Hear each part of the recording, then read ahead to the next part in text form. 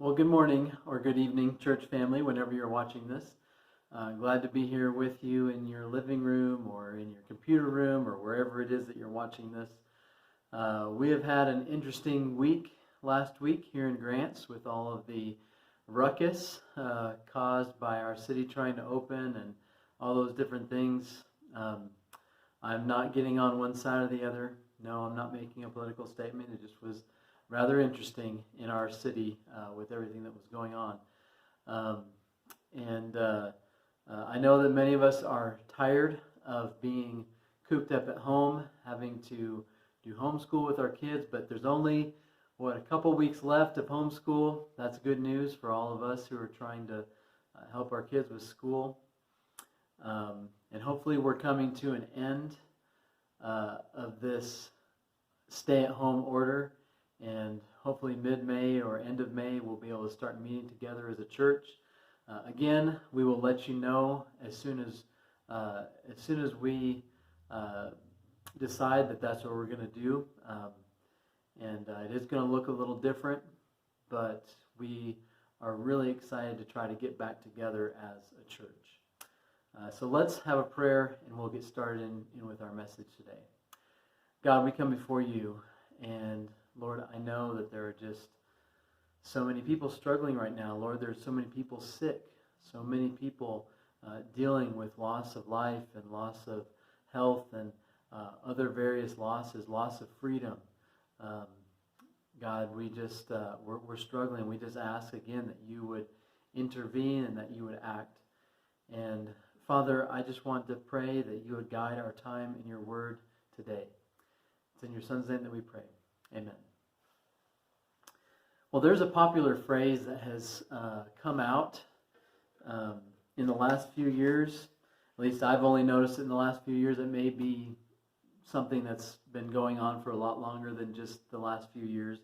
But I've noticed it primarily on the clothing that is promoted by Jessie Graff. Now, some of you may know who Jessie Graff is. Some of you may not know who she is. She's an American Ninja Warrior. And she's also a stunt woman. And she has a line of clothes that has a particular phrase on those clothes. And it says, they say, be your own hero. Be your own hero. Now there's a lot of good things that are communicated by this phrase, right? This phrase is actually, it's a very empowering phrase. I mean, it encourages us not to be a victim. It encourages us to do something about our situation. It encourages us not to wait for somebody else to swoop in and fix the problems that we have in our lives, but to do something about it. And I think that's really cool. That's a really good thing. It's good that we have a phrase that empowers people to do that. That's important. And so we look around our world and we see heroes. We see the heroes. We see the people who have overcome great adversity. We see the people who have, worked really hard to get somewhere and they got there. But it seems like for everyone that succeeds, we also see several people who fail. And I don't know what the statistics are here, right? I didn't do a scientific study on this, but it seems like for everyone who succeeds, there are several others who fail. And what I've noticed even in my own life is that hero power can only go so far. And for some of us, those powers don't really get us anywhere. So we began a series last week on the book of Exodus. Lessons from the Wilderness is what I entitled this series. And remember, the wilderness is the place between the promise and the fulfillment of the promise. And last week we were introduced to somebody who tried to be his own hero. And he failed. A man by the name of Moses. Remember, Moses was an Israelite. He was raised by Pharaoh's daughter, knew his nationality, knew that he was an Israelite. And when he saw one of his fellow Israelites being beaten by a slave driver, he decided, I'm going to do something about this. I've got to stop this. And he thought, perhaps, maybe he could do something about the slavery of his people. But he ended up killing an Egyptian in the process, and Pharaoh found out, and Moses had to run for his life. So the message today for all of us, especially if you are kind of still in that frame of mind where you think, I can be my own hero, that you have absolute control over your circumstances. My hope is that you hear this message today and you let this message challenge that assumption that you can be your own hero and that you have complete control over all of your circumstances. But maybe today you are in a place of failure. Maybe you have given up hope in some endeavor or some dream or some desire or some calling of God. And my hope is that this message will be a message of hope for you. So in Exodus 3, we pick up with our hero, Moses. Now remember, he's a failure. He has run away from Egypt. He has settled down in a land called Midian. He has married a woman. He was adopted into her family. He is a shepherd for his father-in-law. And he's put all that free his people from slavery thinking behind him. He's given it up, right? He's nearing the end of his life. Some people believe, or in some accounts we read that he's nearly 80 years old at this point. He's nearing the end of his life. He doesn't have a lot left in the tank, so he thinks. He certainly doesn't have another trip to Egypt in his mind, so he thinks. But then this happens. Let's read Exodus chapter 3, starting in verse 1. One day Moses was tending the flock of his father-in-law Jethro, the priest of Midian. He led the flock far into the wilderness and came to Sinai, the mountain of God. And there the angel of the Lord appeared to him in a blazing fire from the middle of a bush. Moses stared in amazement. Though the bush was engulfed in flames, it didn't burn up. This is amazing, Moses said to himself. Why isn't that bush burning up? I must go see it. And when the Lord saw Moses coming to take a closer look, God called to him from the middle of the bush, Moses, Moses. Here I am, Moses replied. Do not come any closer, the Lord warned. Take off your sandals, for you are standing on holy ground. I am the God of your father, the God of Abraham, the God of Isaac, and the God of Jacob. When Moses heard this, he covered his face because he was afraid to look at God. So I always imagine that this story happened in the dark. I don't really know if it happened in the dark. There's nothing in the text that tells us that it happened in the dark. But I can imagine that this is a very unnerving and scary moment because, Moses is going to check out of this bush that's burning up, or that's burning, it's on fire, but it's not actually burning up. And then the bush starts to talk. The bush starts to talk. And what we find out is that this bush is indicative of the presence of God. And this ground where Moses is standing has become holy. It's not just the side of a mountain anymore. It is made holy because of the presence of God. And then God gives him a commission. And this commission is based on an old itch that Moses never really got to scratch. Let's keep reading. Verse 7. Then the Lord told him, I have certainly seen the oppression of my people in Egypt. I've heard their cries of distress because of their harsh slave drivers. Yes, I am aware of their suffering. So I have come down to rescue them from the power of the Egyptians and lead them out of Egypt into their own fertile and spacious land. It is a land flowing with milk and honey, the land where the Canaanites and all the other ites now live. Verse 9, look, the cry of the people of Israel has reached me, and I've seen how harshly the Egyptians abuse them. Now go, for I am sending you to Pharaoh. You must lead my people Israel out of Egypt. So it's really interesting.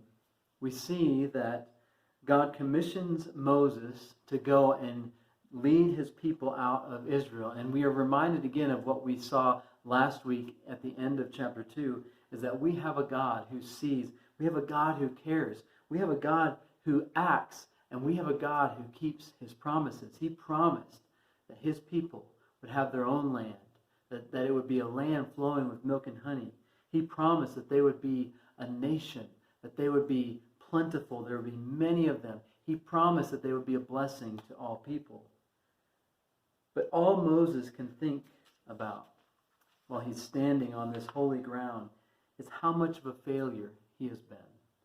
How much of a failure he is. And so he objects to the commission. And this may seem a little bit strange to you, but if you read the call stories in Scripture, the hero almost always objects. It's normal. It's actually quite, it's actually almost like part of the formula, if you will. Everybody seems to object. Think Jonah. Jonah didn't object with his words. He objected with his feet. He ran away.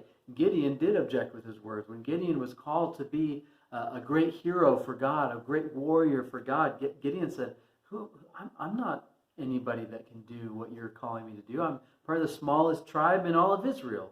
And Zechariah, he's the father of John the Baptist. For a New Testament example, he makes an objection when the angel comes to him for the first time. But Moses goes overboard. He doesn't just give one objection. He gives 5 objections. So I want to look at these objections because I think there's really something really powerful that comes out of all of these objections. And perhaps you can identify with one of these objections when you think about what God has called you to do. So let's start reading again in verse 11. But Moses protested to God, "Who am I to appear before Pharaoh? Who am I to lead the people of Israel out of Egypt?" His first objection is, who am I? I'm a failure. I'm old. I have nothing left. I've already tried that. I've been there. I've done that. It's over. It's done for. Who am I that I could possibly go to Pharaoh? And God essentially says, I'm going to be with you. I'm going to be with you. That's how God answers in the very next verse. And we'll read it in a minute. But let's look at Moses' next objection here at verse 13. But Moses protested, "If I go to the people of Israel and tell them, the God of your ancestors has sent me to you, they will ask me, what is his name? Then what should I tell them?" In other words, God, what am I supposed to call you? How can I go to people and tell them that the God that God has sent me to set you free if I don't know your name? And God gives Moses his personal name, Yahweh. He names himself. He says, "I am who I am. Tell them that I am has sent you." But Moses doesn't stop there. Let's keep reading. Chapter 4, verse 1. But Moses protested again. "What if they won't believe me or listen to me? What if they say, the Lord never appeared to you?" And God responds with 3 signs, really cool signs. He has his shepherd staff in his hand, and if he throws it on the ground, it can become a snake, and then if he grabs the tail and picks it up, it turns back into a staff. That's a pretty cool trick. I wish I could do that one.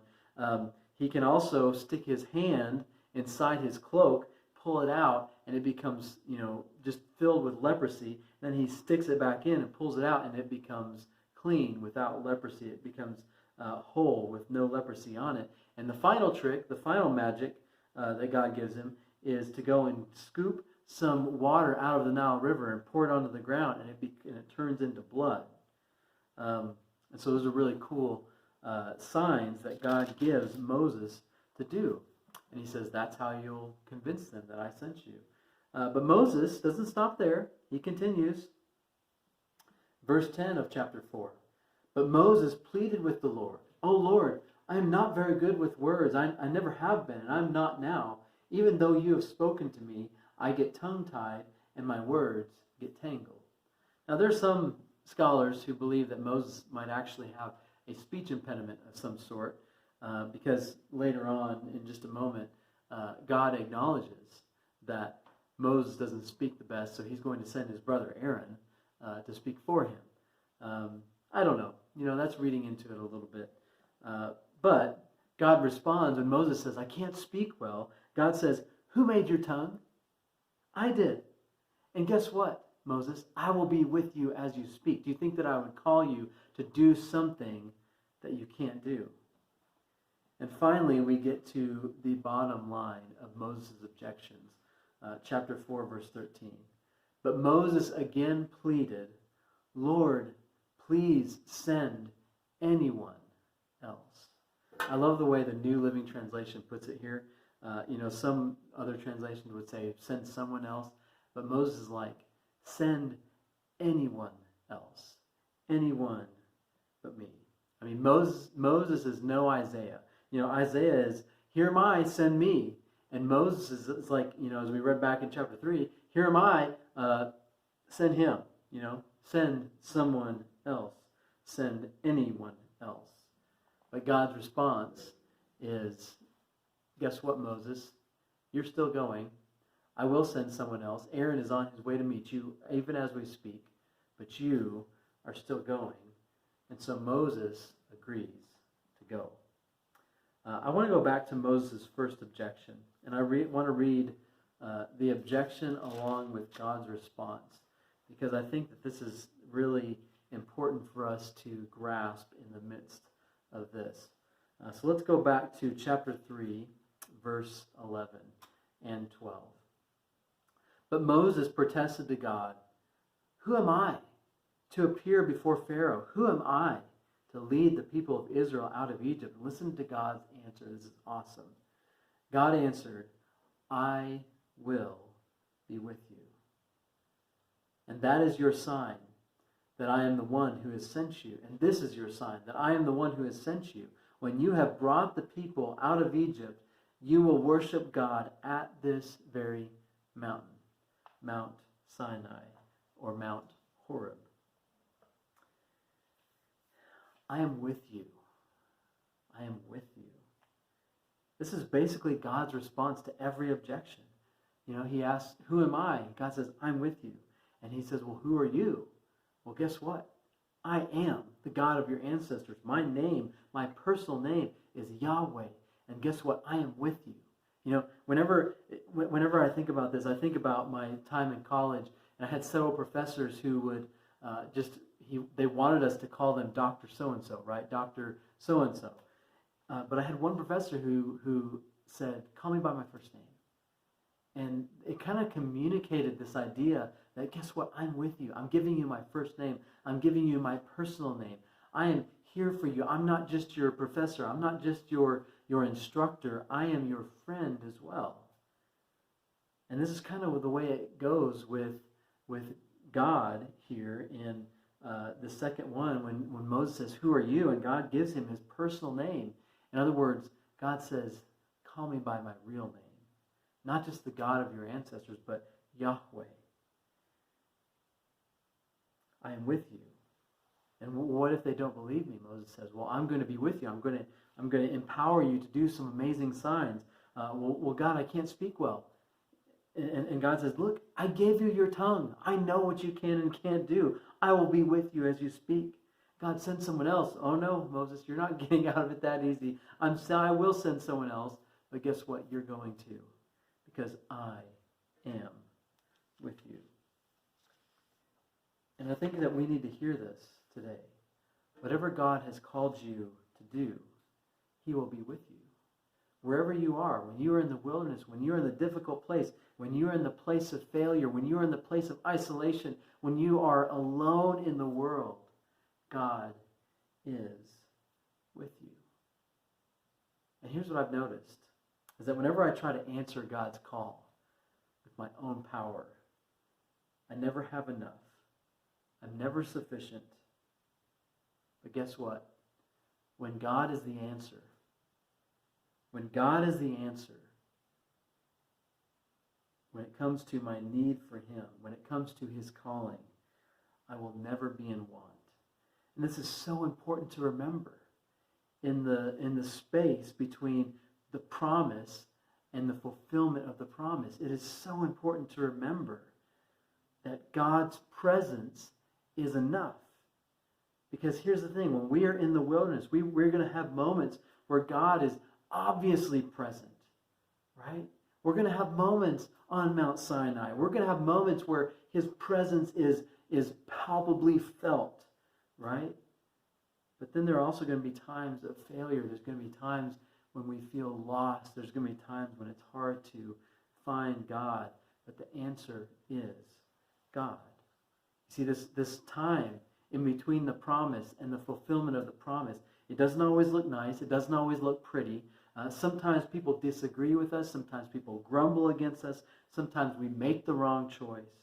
But the one thing that we can be sure of in the midst of the wilderness and in the midst of that, in that space between the promise and the fulfillment of the promise, we can be sure that God is with us. And that He is with us in the wilderness and as we reach for His calling. And as we strive to do His will. I hope that this message blesses you, church. Have a wonderful day, evening, morning, whenever it is for you. Be blessed.